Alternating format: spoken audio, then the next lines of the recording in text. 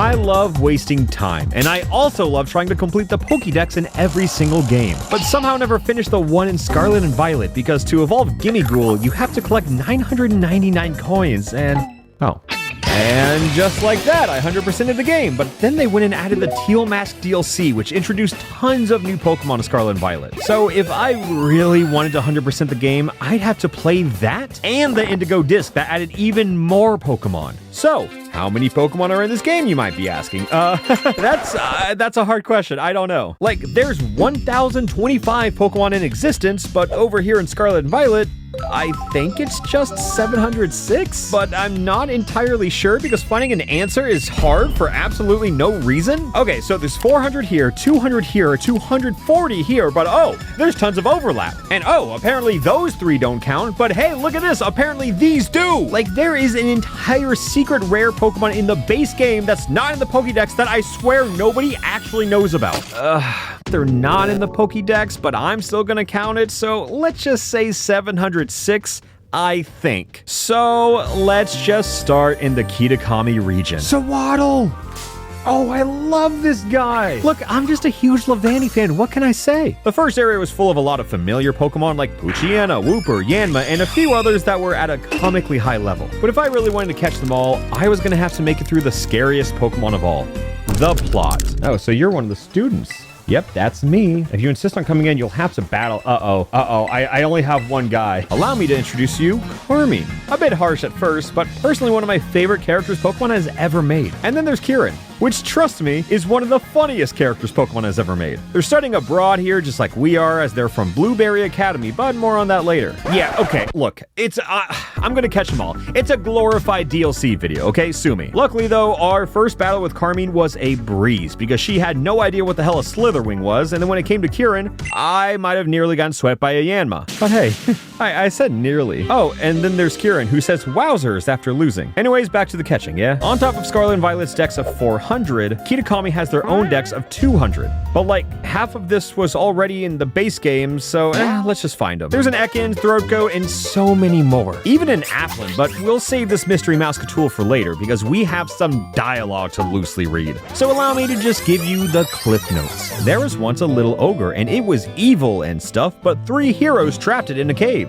But Kieran thinks that's pretty cool and proceeded to drop the most flaccid peace sign I have ever seen. You'd think that'd be the worst part, but no, because then he hits us with the most nervous ooh-woo speak before clocking in and professionally kissing my ass. Times like this really make me miss Legends Arceus though, because catching all of these Pokemon is fun, but nothing beats catching a box worth from the bush downtown in 15 seconds flat. Needless to say, I have high hopes for Legends Z-dash, you know what I'm talking about. Since all of these Pokemon are so high leveled, I can pop a swift quick ball and give them the smallest piece of candy before doubling my dex entries as I acquire the sire. I mean, I could give you the laundry list of Pokemon, like the hardest spelling bee you've ever seen, but just know we evolved a ton prior to meeting Jacques, who's just here. Last time we saw him, he was hitting on the teacher who brought us here, so like, dude, he just wanted to say hello, have a picnic with us and Gulpin, and, give us an egg. Did you put the egg in the basket? For the love of Christ, please tell me you put the egg in the basket. Oh, thank God. Whew. Oh, that's a relief. Poliwag! Wow, how cool. Nearby I found a raid crystal with this mystery Pokemon I've never seen, opened it up to viewers, and somehow got spoiled. Excuse me, sir. What is that guy? One matching Pokeball later, and I got to evolve a whole batch of Pokemon through various stones, candies, and that egg we got that wasn't laid by a human, it turned out to be Turtwig. Why? If only there was an open biome to catch every other star. But maybe I'm getting ahead of myself. Even though I've only dipped my toes in Kitakami, I've already caught 137 out of their 200. Surely the rest will be easy then, right? Before Foreshadowing decided to kick my ass, I found a few new captures and a syrupy little apple designed to turn a normal apple into a syrupy one. You know, I really can't be that surprised. I've also been using a limited party in hopes of finding new Pokemon to join, but when I found a wild Levani, our rosters grew by 1 with Dilly. Yeah, this is why I don't build competitive teams. But if you're a fan of cute little creatures, let me introduce you to today's sponsor, Miraibo GO. In this game, there are a ton of cute and free pal-like pets you can capture. Being that it's the world's first free PAL-like capture, building, and survival mobile game, as you'd expect, the pets also possess strong combat abilities that aid you in your survival. On your adventure in a vast world, you can capture over 100 classic mythical pets. And you don't have to do it alone, so feel free to invite your friends to play together. On top of that, you'll also be able to explore on mounts or engage in multiplayer battles. Like when it comes to Miraibo GO, there's just a lot to experience with all your cute pets in your arsenal. So if you have the time, come join me to collect cute pets on Miraibo GO, which releases on the 10th of October. Oh, would you look at that? And if you want more, they have an official Discord server where you can talk to others excited about Miraibo GO. So click the link in the description, download the game today, and enjoy Miraibo GO. Oh, and for some reason we have a selfie stick now. Sure. Also, what's cool about Scarlet and Violet is that even though version exclusives are dumb, stupid, and I hate them, but these games allow you to join raids from other games, so even though I can't catch a Cramorant in the wild, I can still beat him with hammers and claim him as my own. So if that last signpost wasn't enough for you, what if I told you there is another? This time, though, we learned that the ogre had 4 masks, all with different powers. Wow! Oh, then Kieran just unloads his ogre hyperfixation on me and talks about how quirky he is for liking them. It was strong and cool, and it didn't even care. Yeah, that's what I'm saying. I want to be as cool as the ogre. And if you're craving more dialogue, ooh, don't worry. The next signpost is up the mountain where the scary ogre lives. Let's go see it. Oh, Kieran came with us, by the way. Oh, wait, we're fighting him now. How'd that happen? And his whole team gets swept by this random shiny I caught a few runs ago. And Kieran is flabbergasted. Sadly, though, not a single ogre was hiding in the cave, nor nearby. Nope, nobody at all. And oh my god, I cannot believe how uwu soft boy they made Kieran. Oh, but you got a little too close there. Can you just come? This is my phone, bro. Oh. Chill, step a little bit away, please. I'll be right behind you if you want to head to my family's place. Okay, I think we're taking this a bit too seriously. He is close. Time to throw quick balls for a little bit longer, and yeah, we're still throwing quick balls. I mean, whatever it takes, right? Slugma? No way. No way they put a static level 69 Slugma in this game. They knew what they were doing, right?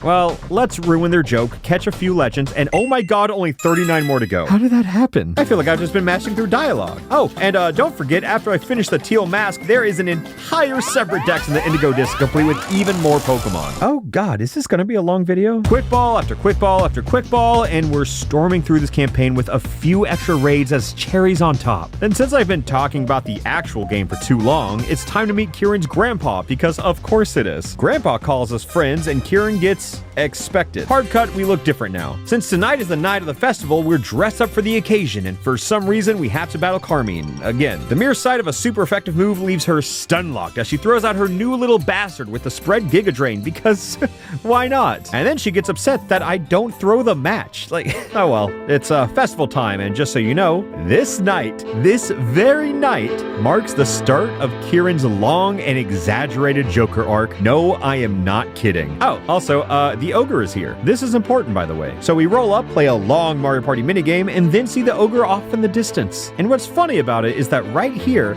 is the exact moment where we befriend the ogre and bear witness to their kind face before Carmine and I devise a little plan to gaslight the ever-living hell out of her younger brother just for fun, because we can. Yeah. So the next day, it's time to ghastly gatekeep girl boss with Carmine a little bit more, because once is never enough. We decided to ask Grandpa if he knew anything about the ogre, but then Kieran came out, so naturally we had to verbally abuse him. Grandpa sees the teal mask after Kieran leaves, and then tells us the true story of Ogerpon. Apparently this is the good guy and the other 3 were the bad guys. Wow, what a bold twist. Also, am I crazy, or do these 3 Pokemon look like 4? Anyways, probably not important. For some reason, Carmine suddenly hates lying. Anyways, Kieran heard our entire lie by hiding 4 feet away from us somehow, and yep, oh, it's starting. Like, next time we run into Kieran, he tries to call us out to our face about lying to him, and the game literally does not give you an honest response. Gaslighting Kieran is a canon event, and he is pissed. Why did you lie to me? Oh, it's so over. Hey, remember Adaman? Well, he's back because his great-great-great-granddaughter is here, strapped, and for some reason, blinding us. She does have a cute little Hisuian Growlithe, which I definitely thought went extinct, but now that we've progressed through most of the campaign, it's time for a side quest. Apparently, there's one super rare Pokemon locked behind a seemingly optional questline featuring this quirked-up white girl with the camera on autofocus who breaks her dumb, stupid ankle. Not only does she ask me to play Pokemon Snap, but she also challenges the power of Ursaluna Fazbear and makes it my problem. Well, that's going on our team. But after that, it was back to smooth sailing by stealing her pet dog and chasing down every raid I could to fill out my Pokédex. With roughly only 20 Pokemon remaining though, it was time to clean up some loose ends and track down the last survivors. And if you thought the last two signs were good, just wait until you see sign number 3. It's back and better than ever. And once again, Kieran is pissed, so fighting him takes priority suddenly. And despite how bad he wants to win with Yanma, Blood Moon Ursaluna says otherwise. And once again, he cannot believe it. Oh no! They hit us with the Arthur meme! It's because I'm weak. That's why we should go check out the sign. Come on, let's get this over with. Now he's mad, shaking, pissing, shitting, and we still have to read a sign together. Believe it or not, this part isn't important. This sign is just a made-up slander piece on Ogerpon, and Kieran is still mad about the gaslighting, but not mad enough to pass up the selfie opportunity. So let's tie up some loose ends on the decks now, and wow, only 18 left before moving on to the Indigo disc. Not so fast though. It's 6 a.m. and the plot is stronger than ever. Carmine and Grandpa are now scheming together because misery loves company, and they're coming up with tons of new ways on how to gaslight Kieran and befriend Ogerpon behind his back. Since, you know, that's just the only thing he's ever dreamed of before even knowing the truth about the fake folklore, and I've already lost count on how many times we've blatantly lied to him, but our plan takes us to the top of the mountain where we get jumped by Melodic before melting it with Freddy Fazbear giant laser. Oh, also, she's here. Yeah, she's just up here. Yeah, that one doesn't have anything to do with gaslighting, so we're just gonna leave. But Grandpa has some bad news. Kieran is aware of the manipulation, and now Carmine is accusing me for snitching? Honestly, what is going on? Because now we're fighting Kieran for like the 4th time, but first he's got a monologue about how he's an outcast like the ogre, have a mental breakdown and lose yet another battle, and then punches the wall because the little baby is throwing a tantrum, and believe it or not, that one punch resurrected the loyal 3 dead carcasses from the grave. And yeah, just like Lil Bro's hate is that strong. Anyways, they're gone and immediately set out to attempt some special grade hating. Like, they've been alive for less than 1 minute and have already decided to jump Ogerpon for simply existing. So naturally, let's kill them. And the rest decide they simply do not want this smoke. Then after an entire campaign full of gaslighting and manipulation, Kieran apologizes to us before Ogerpon chooses to follow us instead of the Joker arc meltdown kid who has already written fanfic about this exact moment. So now that we're here, allow me to say, I love Ogerpon, but she's missing her 3 other masks. So yeah, let's go kill them. Wait, but why the hell is Monkey so big? Sure, I guess Carmine and I will do what it takes to kill the overgrown monkey, the Incineroar knockoff, and whatever the hell this is supposed to be. That's it, right? I mean, it should be. Ogerpon has all 4 masks, the world has been rid of evil, but okay. Kieran wants to fight again. And whoever wins gets to be Ogerpon's partner. To nobody's surprise, we killed him in broad daylight and he collapsed on the spot. Then Ogerpon turned around and wanted to battle us too. And I thought that this would be something simple like every other boss fight in Pokemon, but oh god was I wrong. For whatever reason on God's green earth,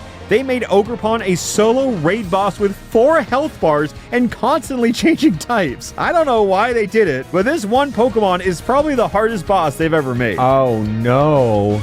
So we gotta fight through all the masks, huh? Well, if I didn't have items, I would have gotten demolished because my whole team has been dead nearly twice over and we're on the 4th phase. Okay, X-Scissor, you need to show Ogerpon more of what you can do. I'm trying! Through a little bit of items coming, repeat all 4 phases. So I caught it in a friend ball because, I mean, are you trying to tell me they're not shaped like a friend? And like clockwork, Carmine gasses me up, Kieran curses my name, and we all just go home. So Carmine and I have 1 battle left for fun, and the story of the teal mask is essentially over. We say our goodbyes, we say we'll see each other again, and then we hard cut to Kieran having a manic breakdown. He's going full Joker in the DLC. Stronger, stronger, stronger, and stronger, and stronger! Oh, not the end credits scene. Just you wait, Alph. Oh, God. But before we can move on to the indigo disc, there are still 3 legendaries that need to be caught. And oh dear God, the monkey was fine, the dog was fine, but this abomination has Flatter, Swagger, and Roost. I killed it so many times on accident, killed myself so many times on accident, and I was genuinely one missed catch away from breaking out a Master Ball. But sure enough, the battle is over. The last few Pokemon remaining were either version exclusives or trade evolutions and could all luckily be found in raids instead. So with a straight 10-hour stream through the Teal Mask, it was time to catch the very last Pokemon, whose name I am still not entirely confident in how to pronounce. So after catching not all 400, but all 500 in the game, I got my little certificate. But wouldn't you like to know how else they rewarded me? What? Is that the shiny ear charm? What does it do?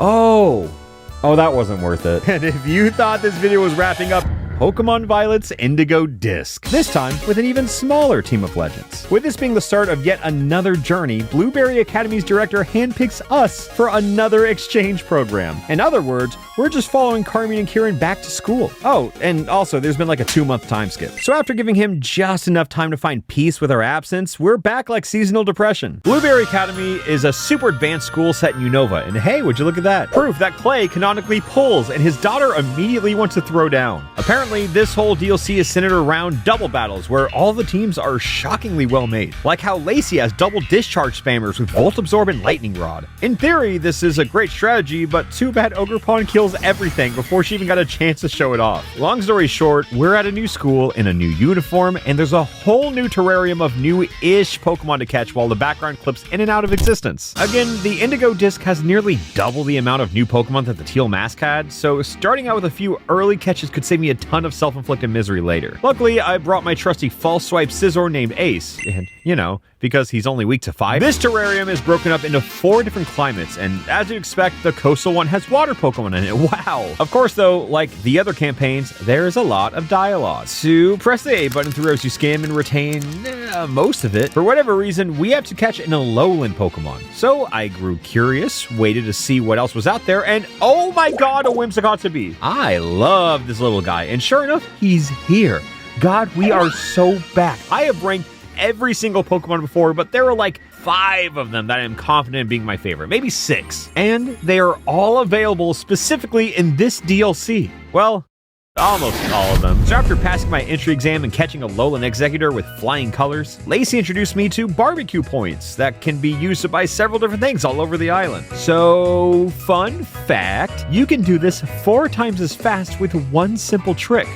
Streaming in front of thousands of people on twitch.tv/Alpharad. Then you open a new lobby, let 3 fans join, and grind with me, even if I do nothing. I guess maybe only 3 times as fast, but thank God for the unpaid interns, right? So, what can you buy with these points, you might be asking? Well, we'll get to that later. Carmine is back and better than ever, but unfortunately so is Kieran. Yes, he just looks like that now. So given that this has been a 2-month time skip since we last saw him, this kid has gone through a full entire transformation. Not only does he sport an entirely valid competitive team, but he switched out his Poliwrath for a Politoed simply because it's more optimal. And above all else, he talks like this now. Oh, got it.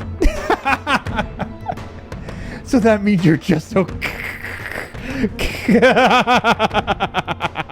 I'm sorry, little bro. I'm not buying it. Well, since you're so busy, I'll go ahead and do you a favor. I'll write your resignation from the club for you. Oh, look. Okay, now I gotta pull up a different picture. So, Carmine doesn't know what to do about this. Drayton doesn't know what to do. Oh yeah, this is Drayton, by the way. He's part of the school's Elite Four, and they all bow down to Champion Kieran. Yeah, somehow he's the strongest, but like in a nah, I'd win kind of way. So we go back to the Battle Club, Carmine shudders, and then I get granted unfiltered access to the internet. Oh dear God. There are a few things you can do here, but as far as we're concerned, starters. Every single one of them, thanks to the help of our unpaid interns. Also, since I'm a huge Porygon Z fan, I wanted to turn this little drawing into my in-game profile picture, but change photo, profile picture. What? Is that clipped into the wall? Well, I'm trying to get this. I want that, but I could also go black profile picture. wait, going black profile picture in Pokemon is way funnier. After going dark, Carmine showed me my room, trash talked her brother, and then the strongest toddler the world has ever seen granted us permission to challenge him in the Blueberry Academy Elite Four. It doesn't matter who I'm facing. I don't... Also, Pokemon decided to introduce gambling to children. Don't know why, but they did. I mean, once upon a time, I played cards with Luigi, and here I am in crippling debt. But, ooh, apparently you can get Master Balls here. Anyways, you know how it goes from here. Challenge the Elite Four, challenge the champion, roll credits, right? Well, first, the game has to soft lock itself real quick because, of course it does. Am I stuck? Hello? But before we can tackle more plot, I thought it'd be a good idea to catch some little guys, starting with the starters. So after searching far and wide and picking up every item I could possibly find, I ended up in Chargestone Cave. Yeah, like that Chargestone Cave. Collected some guys, satisfied my nostalgia, and eventually found the strongest life form known to man. The third coming of Pikachu the Mudkip. I mean, I guess I never really finished the video on the second coming, because whatever. Pikachu the third is level 100 now. So quick ball after quick ball after quick ball, I was filling out the decks and even found some new starters along the way. Then after collecting nearly half of Blueberry's Pokédex somehow, I thought it'd be a great time to challenge our first Elite Four member, Crispin.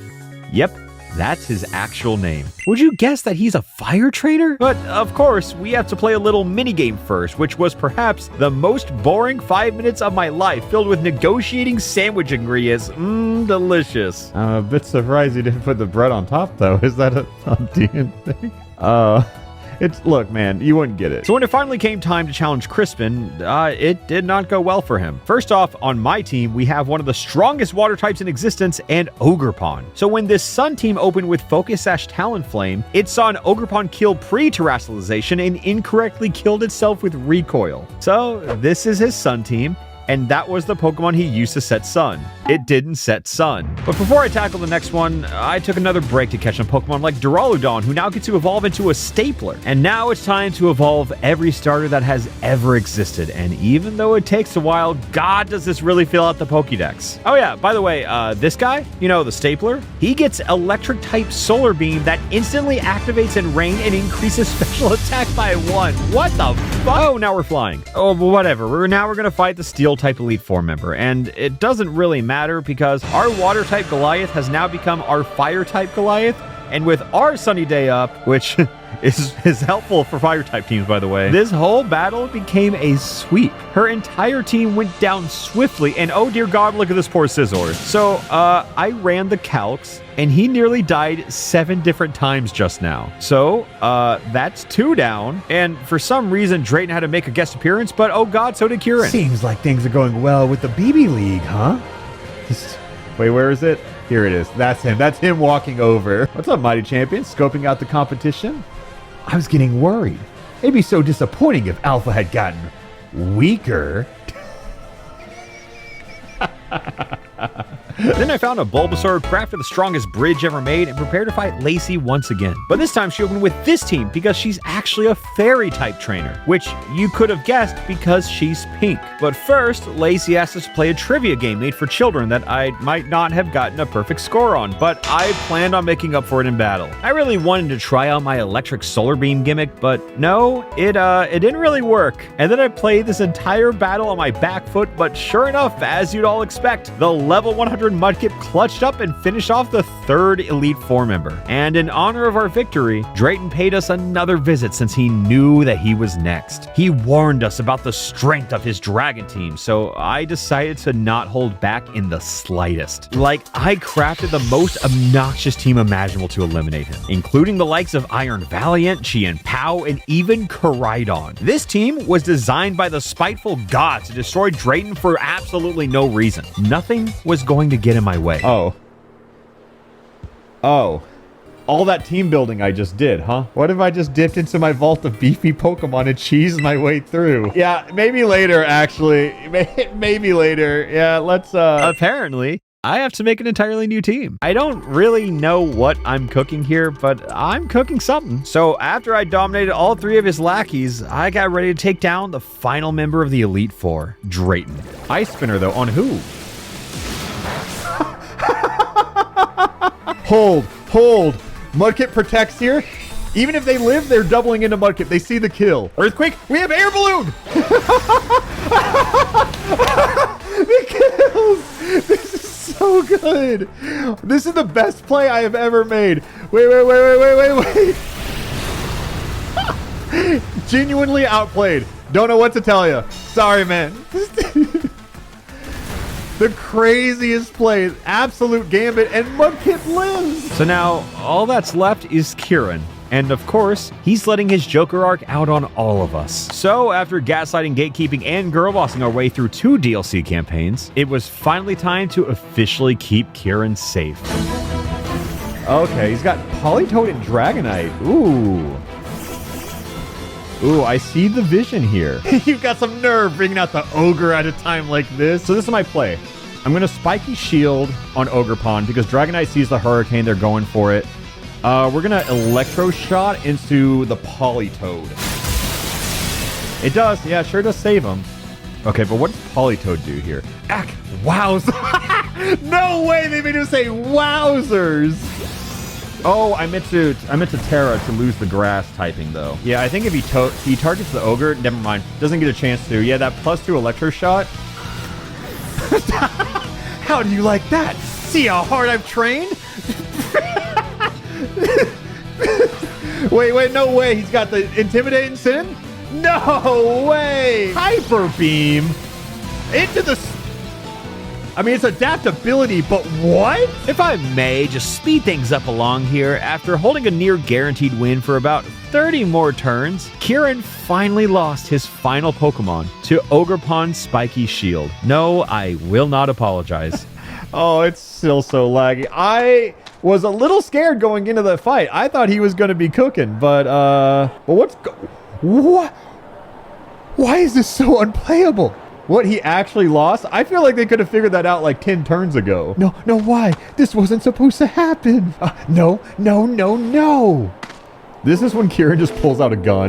Way to go, both of you. That was... Okay, if I just lost in the most embarrassing... Yeah, read the room. Yeah, that is an awful thing to hear. Good match, you two. Oh, he's got something passive-aggressive. He's going to say mean girl shit. Too bad about the outcome, though. What is he got to say? Ex-champion? Oh, that is straight mean. Drayton is a mean girl as hell. So, for some reason, they gave me a Master Ball, which makes 3 Master Balls they've given us total in this game. So, what do we do next? And now we have 3 Magikarps. But, anyways, what about Kieran? Yeah, well... Before we can really celebrate his embarrassing fall from grace, we all got called into the principal's office. But first, allow me to rant a little bit. You know about these guys, right? Well, I play Pokemon Violet, and there is no possible way to get them without playing through the entire game on Scarlet 2. Like, at least with the box legendaries, they were nice enough to give us 2. So, I had a friend create a couple for me through entirely legal and authentic means. So, be cool and don't be a snitch. Then there are all the trade evolutions I had to get, the weird Milcery evolution who can only grow up after spinning yourself to death, and oh god forbid we forget how to evolve Inkay. Yeah, you just gotta turn that whole shit upside down. Then we have to track stacks for Tyro, collect twigs for Slowpoke, and teach Dragon Cheer so our Apple can join Flygon in the camp of why won't they give us a bug dragon type? Not to mention, to catch Meloetta, you have to find a very small and specific spot in the terrarium, pull up your camera, apply the sepia filter, no I am not kidding, and then spin around clockwise until you find it, catch it, and then prepare to catch 25 other legendaries, but more on those later. Since those 2 weren't the only version exclusives, I had a friend trade me the last few I was missing, and oh my god, I have 237 out of 240. I mean, we only have 3 left, right? First off, that doesn't sound too hard, and secondly, wrong. For whatever reason, these 2 don't count, this one does, but not really. And now let's talk about the last 3 by going back to the principal's office, and before we can even process what's going on, it's time to learn about the legends of Area Zero, which is what the whole DLC is about. But is it really? Keane is back, Kieran's here, Carmine returned, and now Briar is taking us back to the depths of Area Zero to go even further beyond. So now we got to take the secret elevator, and would you look at that, the Stellar type. Yeah. They created an entirely new type for this game and nobody really cared. So as we trek deeper, Kieran becomes more and more upset by how much we're carrying, and sure enough, our Terra Orb starts to glow, we find the core of all terrestrialization, and a tiny little turtle of a legendary appears. I don't know why, but Kieran cannot put his own ego aside as he busts out his Master Ball and makes the conscious choice to lose another fight. Terrapagos, yes, that's their name, terrestrialize into the Stellar type, and if I may, how cool is it that the sound effect for Terra is just the Terrapagos cry? Anyways, this behemoth has 700 base stats for some reason, kills every other Pokemon in the vicinity, and now we clean up for everyone else and catch this beast once and for all. Because Kieran's Master Ball failed. I guess it had to eventually, right? And just like that, only 2 remain.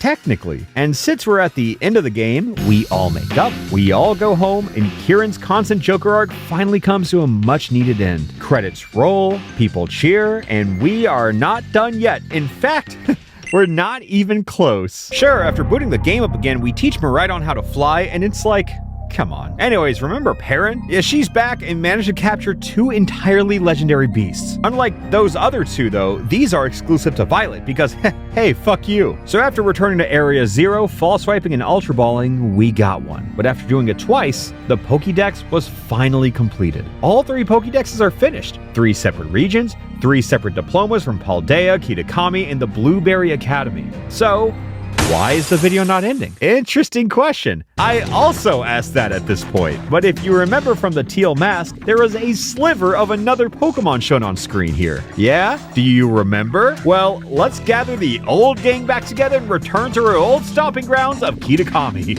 Why, you may ask? Well, this is why.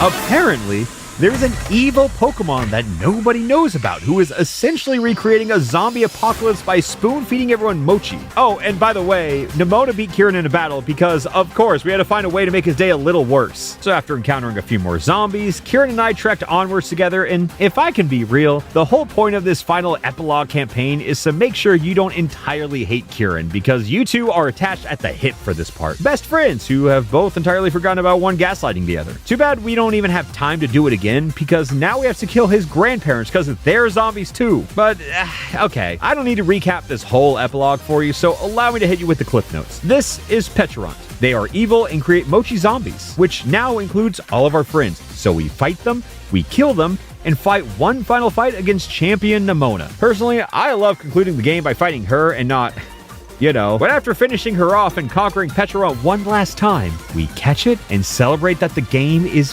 finally over, right? Wrong! The gang packs up, we return to Paldea, but apparently Blueberry Academy has 25 new legendary Pokemon to catch, and I am not even joking. They give us unique snacks for each and every god of destruction imaginable because every legendary is suddenly flocking to the Paldea region. So I spent the next 5 hours collecting all the birds, the beasts, every single legendary Pokemon you can imagine except these few for whatever reason. Oh, and Cupfu, because sure, 25 legendary Pokemon later. And guess what? Then the game crashed. And after another 25 legendary Pokemon, it's finally time to end the video. Every single Pokemon you can catch in Scarlet and Violet, since these raids don't count, but these do, and now we have completed all 3 Pokédexes and even the secret 4th one. So, are we finally done? No! We're not! For whatever fucking reason, you have to go back to Paldea, take 6 classes of foreign language, complete 2 exams, and then receive a Galarian Meowth as a gift. This is real. This is part of the base game and the final Pokemon I could possibly catch in Scarlet and Violet. And after a few rare candies, there you have it. Berserker. Did people know about this? He's just been in the game this whole time. So, is that it? Are we finally done? Yes. But to add one little insult to injury, for the first time in history, they allowed you to get the shiny for Meloetta, one of my favorite Pokemon. But only if you essentially had a living dex inside Pokemon Home, which I didn't do, so, you know.